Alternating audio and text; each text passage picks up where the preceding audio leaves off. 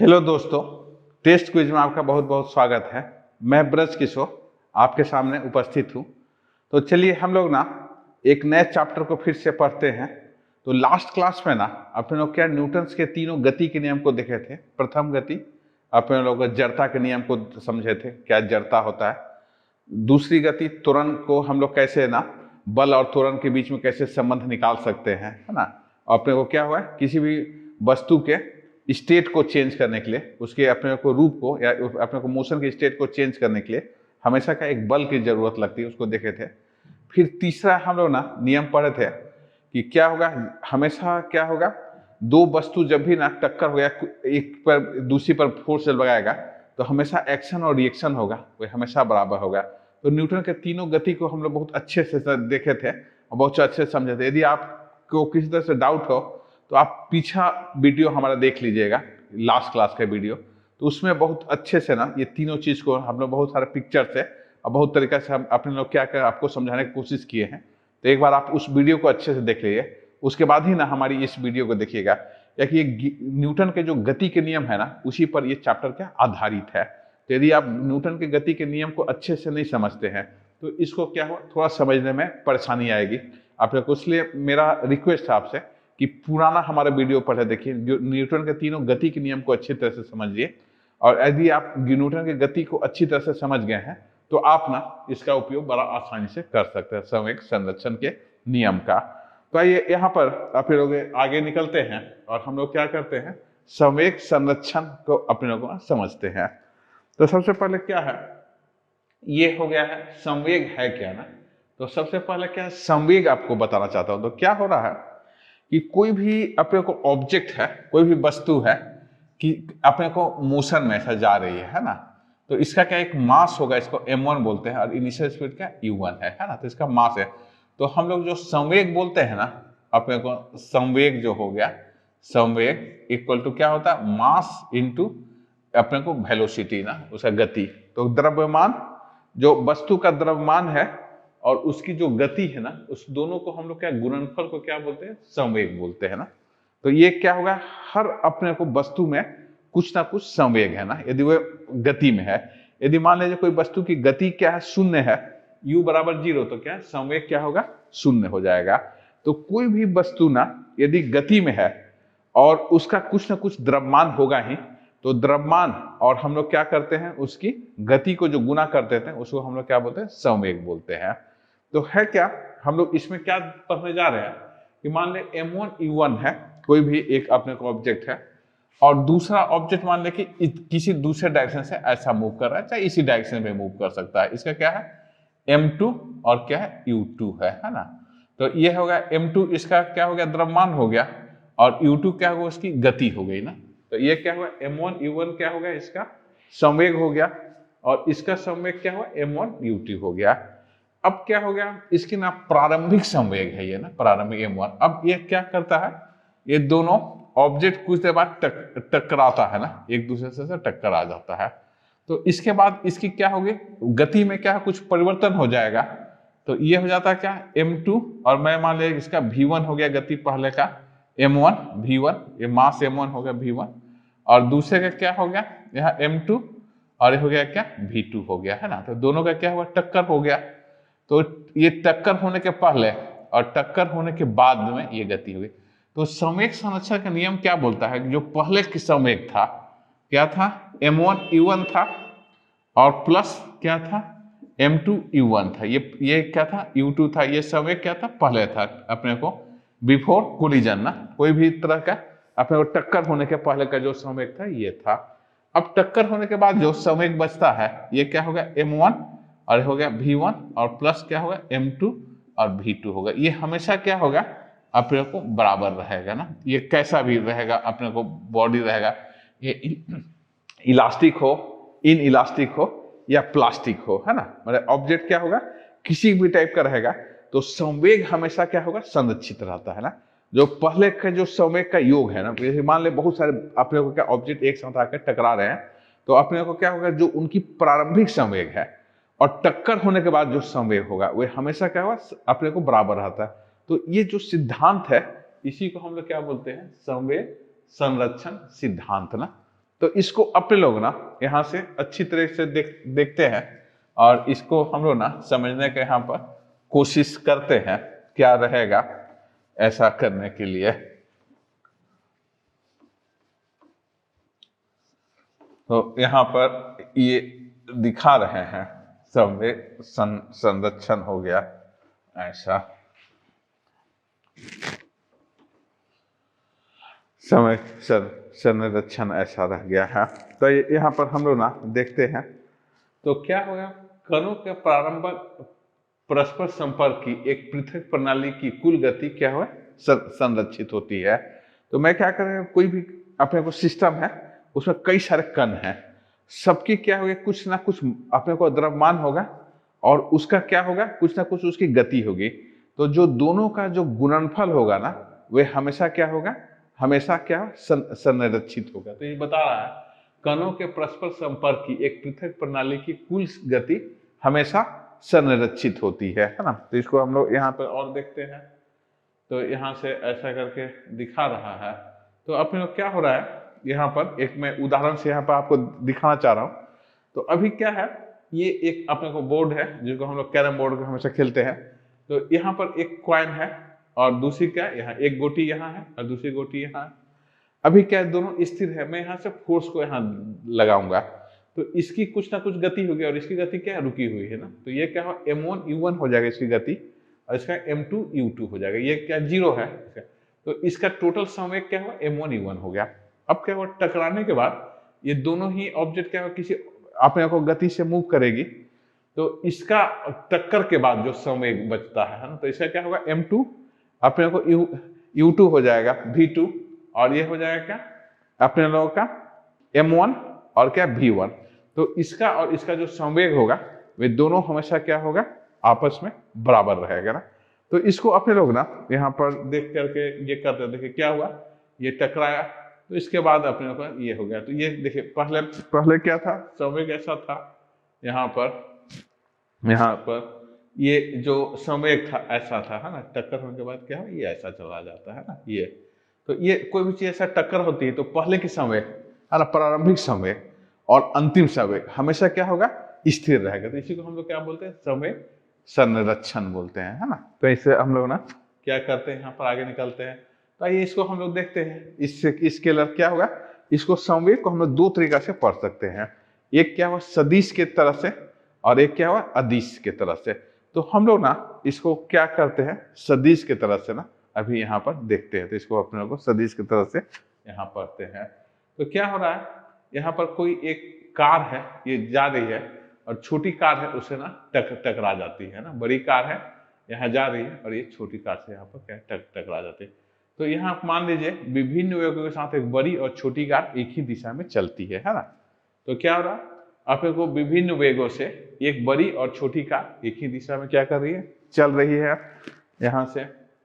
अब क्या बड़ी द्रव्यमान कार का द्रव्यमान m1 है और उसका प्रारंभिक वेग क्या हुआ u1 है ना। तो पहले वाला का क्या हुआ मास हो गया, द्रव्यमान m1 है और दूसरे का क्या द्रव्यमान u1 है। उसके बाद फिर से हम लोग क्या छोटी कार है, एक छोटी कार है जिससे टक्कर होती है, उसका द्रव्यमान m2 है और उसका प्रारंभिक वेग क्या है u2 है ना, जो दूसरी कार है यहाँ पर। तो इसके बाद क्या होगा u2 लेस देन u1 है ना। यहाँ पर क्या है दूसरी कार की गति पहली कार से कम है तभी टक्कर होगा। तो इसलिए ऐसा कर रहा है कि ये धीरे गति चल रही और तेज गति जा रही, मान लीजिए उसमें जाकर टकरा जाती है। तो यहाँ पर ना टक्कर हो जाता है, मान लीजिए दोनों कार थोड़े समय के लिए टकराती है और टकराने का जो समय होता है वह मान लीजिए 30 समय के लिए टकराती है ना, 30 समय हो गया। तो दोनों कार क्या थोड़े समय के लिए टक्कर यहाँ पर खाती है ना। तो ये क्या करती है टकरा जाती है, टक्कर के कारण वेग बदल जाएगा होगा ना। आप देखिएगा क्या कि आप स्पीड में बहुत जा रहे थे, कोई से टकराएंगे तो आपकी स्पीड क्या कम हो जाएगा, कोई से रुका हो तो वे क्या होगा मोशन में आ जाएगा। तो जब भी टक्कर के पहले की जो स्पीड थी और टक्कर के बाद की जो स्पीड होगी ना वे दोनों में क्या होगा अंतर आ गया। तो ये क्या होगा टक्कर के कारण वेग क्या होगा बदल जाएगा ना, यहाँ पर बदल जाता है। तो टक्कर के बाद क्या होगा पहले का इसका वेग जो होगा मास 1 जो था बड़ी कार थी उसकी क्या वेलोसिटी क्या वेग जो हो गई ये v1 हो गई तथा दूसरे की वेग क्या हो v2 हो गई ना। तो अपने को क्या हुआ टक्कर के बाद अपने को क्या, इसका वेग v1 और दूसरे का वेग क्या हुआ v2 हो गया है यहाँ से।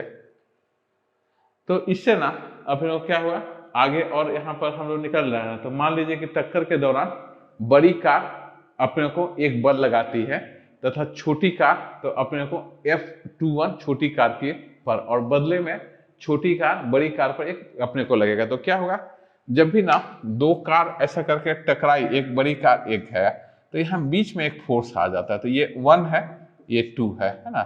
तो यहाँ पर जो ये दूसरी कार पहली कार पर लगा रही है, तो इसको हम लोग कैसे लिखते हैं, F12 है ना, और इक्वल टू, और इस पर हो गया माइनस का, इसका दिशा अलग है, F क्या है 2 तो इसको हम लोग कैसे पढ़ते हैं, थोड़ा सा यहाँ पे देखिए। जब भी कोई चीज टक्कर होगा तो हमेशा क्या होगा, ये पहली कार दूसरी पर एक फोर्स लगाएगी, तो इसको हम लोग क्या लिखेंगे, F21 लिखते हैं ना।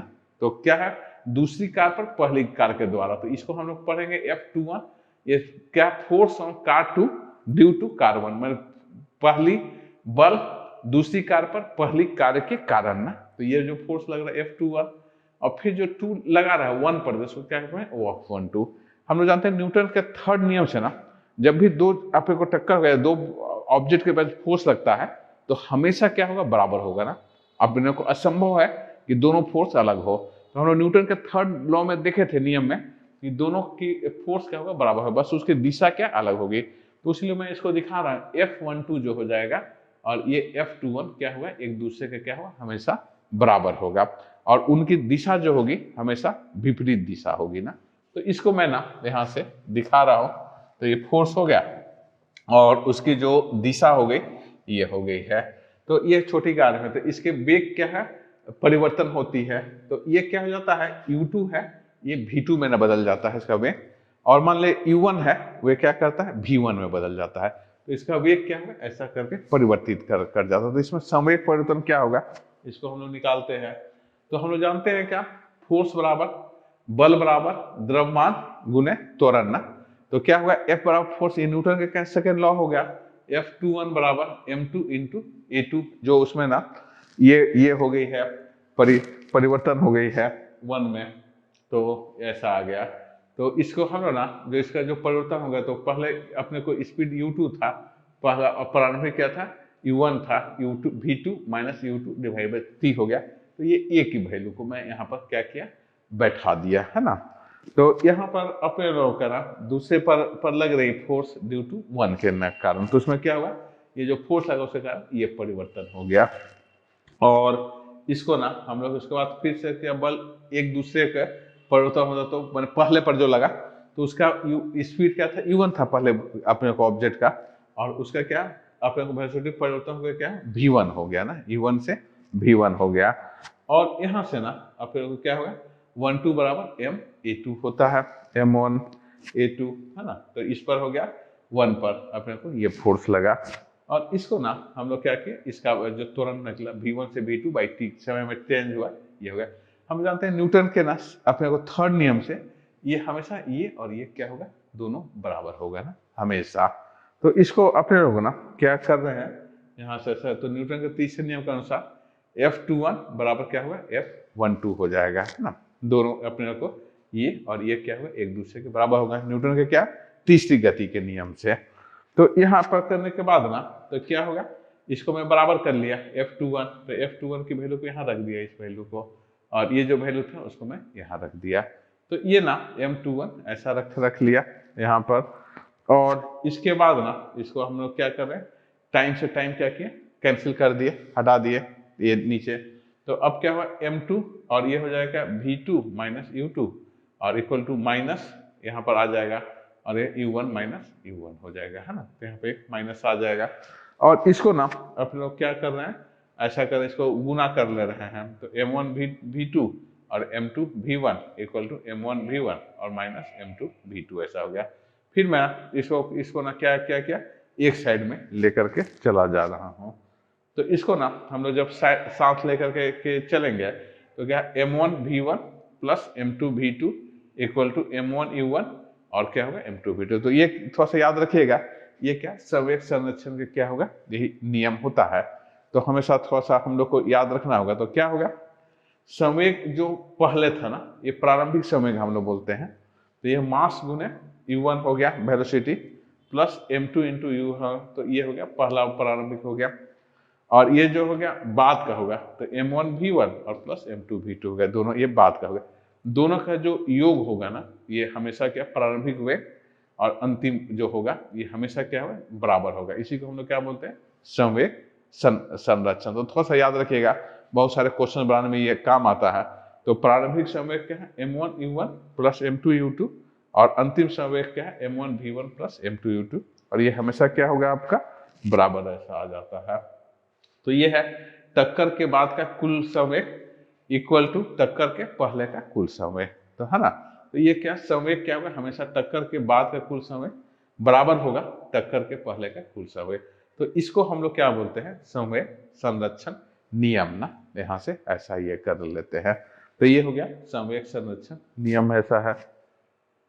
आइए और ना हम लोग यहाँ से ऐसा करते हैं यहाँ पर, तो इसको ना हम लोग वेक्टर में देखते हैं ना। तो क्या था ये हम जो अभी देखे थे ये स्केलर था, अदिश में देखे थे, इसी को हम लोग क्या कर सकते हैं अपना वेक्टर। तो वेक्टर में क्या होगा ये तीनों दिशाएं में जो होगी है ना, इसमें हम एक दिशा में देखे थे तो x डायरेक्शन में जो होगा जो संवेग परिवर्तन होगा, y डायरेक्शन में होगा, z डायरेक्शन में होगा, तीनों दिशा में ना संवेग परिवर्तन क्या होगा संरक्षित होता है ना। आप कोई भी दिशा एक दिशा को लेते हैं तो उसमें जितने भी अपने को संवेग में परिवर्तन होता है वह हमेशा क्या होगा संरक्षित है। तो वेक्टर क्या होगा 3 डायमेंशनल में ये काम करता है ना। और क्या हम लोग जो अभी लिए थे वो क्या था 1 डायमेंशनल था है ना, एक अक्ष में था, ये क्या तीनों अक्ष पर क्या होगा आपका काम ना करेगा। तो यहाँ से हम लोग ना ये करते हैं, तो एक देखिए बॉल है ऐसे क्या टक्कर हो गया है ना। तो यहाँ पर हम लोग दिखा रहे हैं एक बॉल है, कुछ देर जा करके इसको ऐसा टक्कर मारती है ना, ये बॉल जाकर उसको टक्कर मार दी।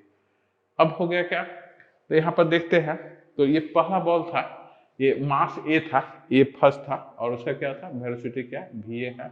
दूसरा क्या है mb है, और उसका वेलोसिटी क्या b है। अब इसके बाद कुछ देर में जाके यहाँ पर टकराती है, तो यहाँ पर 2 फोर्स लगेगा, एक क्या b पर एक के कारण है ना, एक फोर्स लगेगा, तो ये b पर लगा रहा है ए फोर्स, और ये जो लगा रहा है ए पर क्या b के कारण, तो यहाँ 2 फोर्स, ये दोनों फोर्स क्या होगा बराबर होगा। अब टक्कर होने के बाद क्या हो रहा है, ये इनिशियल वेलोसिटी था, अब उसका फाइनल वेलोसिटी क्या हो गया अपने को ma हो गया, va डैश हो गया, और उसका क्या mb और क्या vb डैश हो गया। तो इसका इनिशियल वेलोसिटी क्या हो ma va, और उसका हो गया क्या mb vb ऐसा रह गया। तो ये पहले हो गया टक्कर के पहले था, और वहां पर क्या होगा टक्कर के बाद में ऐसा कर गया। तो इसके बाद क्या है न्यूटन के दूसरे नियम से ना, तो क्या हो जाता है अपने लोगों को दूसरे नियम से हम जानते हैं फोर्स बराबर अपने लोगों का क्या होता है चेंज इन, अपने लोगों को क्या होता है संवेग का चेंज का जो दर होता है उसी को हम लोग क्या बोलते हैं बल ना। तो मैं इसको क्या किया, इसको ना आवेग लिख दिया, आवेग पहले ये था इक्वल टू इसका जो अपने को मास और वेलोसिटी था संवेग था, संवेग परिवर्तन का जो दर है उसको आवेग है। तो ये आवेग में लिख दिया हूँ है ना, बल गुने समय आवेग, और ये क्या है पहले का समय और ये अपने को बाद का समय हो, दोनों का समय को मैं यहाँ पर लिख दिया।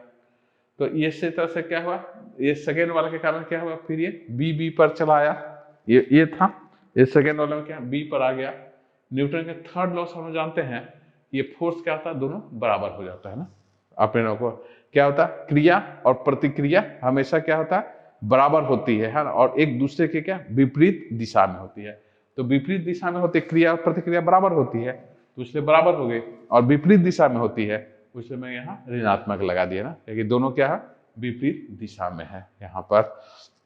तो इसको ना अपने लोग क्या हुआ फिर आगे मैं बढ़ा रहा हूँ और ऐसा लिख रहा हूँ, तो F A B equal to delta T और माइनस एफ बी, और ये क्या हो गया डेल्टा टी ऐसा कर लिया। और यहाँ से तो इससे ना मैं क्या किया इसको बराबर कर लिया ना, यहाँ डेल्टा टी से क्या हुआ मल्टीप्लाई कर दिया, दोनों साइड में गुणनफल कर दिया मल्टीप्लाई, तो ये हो गया क्या पी ए और पी ए डैश, और क्या हो पी बी और पी बी डैश ऐसा रह गया। और इसके बाद ना अपने को दैट इज तो क्या होगा पी ए और प्लस क्या होगा P B equal to P A और क्या होगा पी बी ऐसा आ जाता है। तो इसी को ना हम लोग क्या वेक्टर में लिख सकते हैं। तो क्या यह इलास्टिक के साथ इन इलास्टिक टकराव पर सभी तरह के अपने को ऑब्जेक्ट के लिए क्या होता है ये नियम अपने को हमेशा क्या होता है सही होता है। तो ये जो नियम है ये हमेशा ना क्या होगा ये इलास्टिक में और इन इलास्टिक में दोनों ही ऑब्जेक्ट के लिए हमेशा क्या होगा ये करेक्ट होगा। तो ये दिखा रहा है पी ए और पी बी डैश है इक्वल टू पी ए और क्या है पी बी, यहाँ से चला आता है यहाँ से। तो आइए क्या है न्यूटन के नियम के अनुसार इसका मतलब है कि कण या तो क्या है स्थिर है या समान गति में ना चल रही है ना, तभी ऐसा हो गया है ना। किसी कण के समान क्या समान अवस्था, तो अपने को एक हम लोग बोलते हैं किसी कण साम्य अवस्था में। साम्य अवस्था बोलने से क्या हो रहा है कि कोई भी ऑब्जेक्ट के ऊपर ना जो टोटल फोर्स लग रहा है ना, टोटल फोर्स बोलने से क्या एक्स दिशा में, तो हम लोग ऐसा भी इसको लिखते हैं, बल को ऐसा भी लिखते हैं, तो क्या होगा सिग्मा हो गया। सिग्मा बोलने से बलों का सम, और एफ एक्स बराबर क्या हो 0 हो गया, और यहाँ पर लिखते हैं sigma F Y equal to 0, और फिर यहाँ पर लिखते हैं sigma F Z equal to 0, है ना। तो ये तीनों जब अपने को 0 होता है तो इसको हम लोग बोलते हैं इक्विलिब्रियम पोजीशन। इक्विलिब्रियम बोलने से मतलब क्या हुआ, जो वस्तु है यदि रुकी हुई है तो रुकी हुई रहेगी, यदि ना वे गतिमान है तो उसकी गति का अब वही गति रहेगी, मतलब गति में क्या परिवर्तन नहीं रहेगा, तो अपने जड़ता के नियम को ना जो पालन करते रहेगी। तो इसको हम लोग क्या बोलते हैं इस टाइप को, तो कण की साम्य अवस्था बोलते हैं। तो थोड़ा सा याद रखेगा कि बाहरी बल यदि उसका सम जो हो रहा है, माने जो एक्स डायरेक्शन जितने बल लगे हुए हैं उसका क्या समेशन 0 हो गया, वाई डायरेक्शन में जितने बल लगे हुए हैं उसका डायरेक्शन क्या हो, उसके समेशन क्या हुआ 0 हो गया, है ना, और उसकी योग, और क्या जेड डायरेक्शन में जो फोर्स लगा हुआ है अपने को, अब उसकी क्या अपने को योग क्या है 0 हो गई है। तो इस टाइप का जो अपने को ऑब्जेक्ट है उसको हम लोग क्या बोलते हैं साम्य अवस्था, यहाँ पर ना ये बोलते हो, ये हो गया आपका साम्य अवस्था हो गया है। तो ये यहाँ पर ना अपने लोग को कुछ और यहाँ पर देखते हैं हम लोग यहाँ से, तो ये हो गया समान गति से ये क्या करते चलते रहते हैं।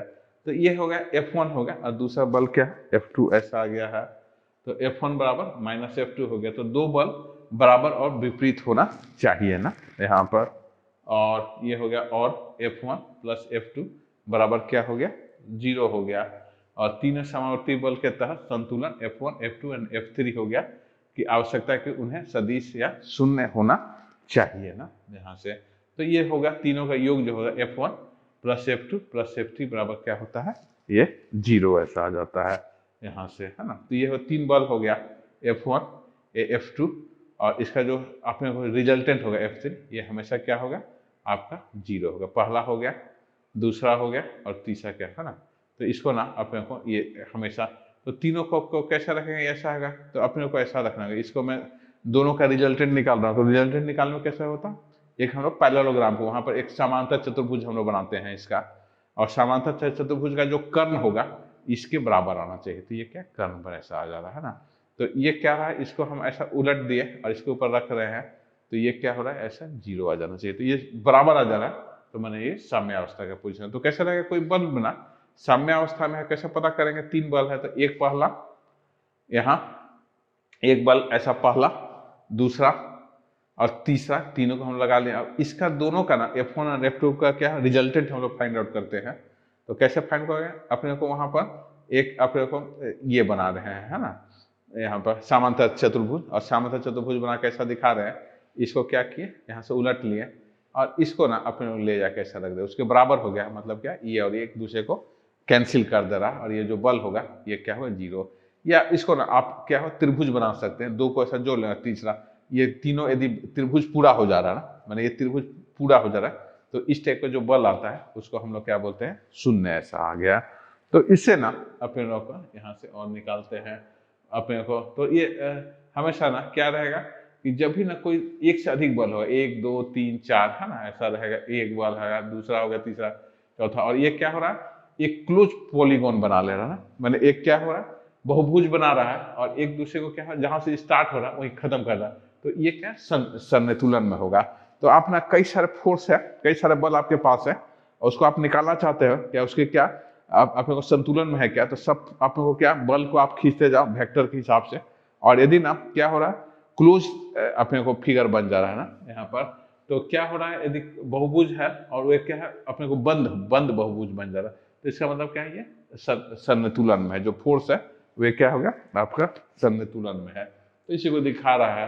तो इसका आशय है कि यहाँ पर ये इसका एक्स डायरेक्शन का जो फोर्स होगा वो हमेशा क्या होगा 0 होगा, एक्स डायरेक्शन का फोर्स, उसके बाद यहाँ पर हो गया क्या, ये वाई डायरेक्शन का जो फोर्स होगा ये भी क्या होगा, शून्य होगा। और आपका जो ये हो गया जेड डायरेक्शन का फोर्स होगा, तीनों। तो हमेशा जब भी ना कोई बल जो संतुलन में होगा तो उसका समेशन ऑफ, इसी को हम लिखते हैं समेशन ऑफ एक्स लिखते हैं। x1 x2 x में 0 होगा, और ये हो गया क्या, y में 0 हो जाएगा, और ये होगा आपका क्या, z में 0 हो जाएगा। तो तीनों बल क्या होगा, यहाँ पर 0 कर जाएगा, है ना। तो अपने लोग ना दूसरा बल है गुरुत्वाकर्षण बल होना। यांत्रिक के सामान्य बल को हम देख रहे हैं, यांत्रिक में क्या क्या बल होते हैं। तो दूसरा क्या, गुरुत्वाकर्षण बल हो गया। तो ये क्या, पूरे ब्रह्मांड में ना अपने को अनुभव करती है। हर दो ऑब्जेक्ट जो होगा एक दूसरे को क्या करते हैं, आकर्षित करते हैं हमेशा। और इसमें हमेशा आकर्षण होता है ना, इसमें क्या करता है, विकर्षण का कोई प्रश्न ही नहीं उठता ना। तो जितने भी गुरुत्वाकर्षण बल होंगे, तो जितने भी मास होंगे ना, ये पिंड है, एक पिंड दूसरे पिंड की ओर हमेशा आकर्षित होते हैं ना, ये कभी एक दूसरे से दूर नहीं होते हैं। एक पिंड दूसरे पिंड को हमेशा आकर्षित करता है। तो गुरुत्वाकर्षण द्रव्यमान के आधार पर किन्हीं दो वस्तुओं के बीच पारस्परिक आकर्षण बल है। तो हमेशा क्या होगा, गुरुत्वाकर्षण बल आकर्षण बल है ना। और ये हमेशा ये होगा। और ये क्या, पृथ्वी के सभी गुरुत्वाकर्षण बल इस पर अपने हम लोग अनुभव करते हैं। पृथ्वी पर जो भी है सब उसका क्या, गुरुत्वाकर्षण। तो इसका जो फोर्स होता है, जो निकलता है दो गुरुत्वाकर्षण बल, तो ये हो जाता है, ये ग्रेविटेशनल कांस्टेंट जी बोलता है ना। गुरुत्वाकर्षण क्या, सार्वभौमिक स्थिरांक बोलता है। ये बहुत छोटा नंबर होता है ना। आप लोग 8.7 10 टू पावर -11, बहुत छोटा छोटा नंबर, बहुत छोटा ये नंबर होता है जी ना। और ये m1 है, मास है, उसका द्रव्यमान है पहला वस्तु का, और दूसरा का, और ये क्या है, अपने को आर का स्क्वायर, दोनों के बीच का जो डिस्टेंस है उसका स्क्वायर। तो ये क्या होगा, अपने को गुरुत्वाकर्षण बल ना, यहाँ पर ऐसा करके ये दिखा रहा है। तो अगला है अपने लोगों का गुरुत्वाकर्षण के महत्व, कुछ गुण हैं। गुरुत्वाकर्षण क्या, सार्वभौमिक बल में हर जगह है ना, मतलब ऐसा नहीं कि एक जगह प्रेजेंट है एक जगह नहीं, ये क्या है, सभी जगह आपका क्या हुआ, प्रेजेंट है यहाँ पर। यह व्याप्त है, हर जगह है। इसके माध्यम गैर संपर्क बिना दूरी पर कार्य, मतलब इसलिए माध्यम के ऊपर निर्भर नहीं करता है ना। ये कोई भी माध्यम है, पानी है या हवा है या कुछ और माध्यम है, तो क्या होगा, गुरुत्वाकर्षण बल कभी भी माध्यम के ऊपर डिपेंड नहीं कर, निर्भर नहीं करता है। ये अपने वर्ग के ये करता है। तो कुछ और भी बल ना अपने पास है, ये इसको यांत्रिकी यहाँ बल बोलते हैं हम लोग, है ना। ये सब क्या करता है, ये इलेक्ट्रोस्टैटिक फोर्स है रियल में ना। ये हो गया, एक शरीर दूसरे के संपर्क के कारण बल उत्पन्न करते हैं। न्यूटन के तीसरे नियम को संतुष्ट करना, आपसी बल का प्रत्येक जोड़ी की निकायों के लिए ये करते हैं। तो ये सब ना कुछ अन्य बल भी हम लोग के पास क्या होता है, यहाँ पर आते रहता है। तो इससे ना अपने लोगों का यहाँ से ऐसा निकल रहा है, संपर्क में सतहों के संपर्क बल के घटक को प्रतिक्रिया कहा जाता है। तो इससे ना अपने लोगों को घर्षण यहाँ पर रहता है, बल है।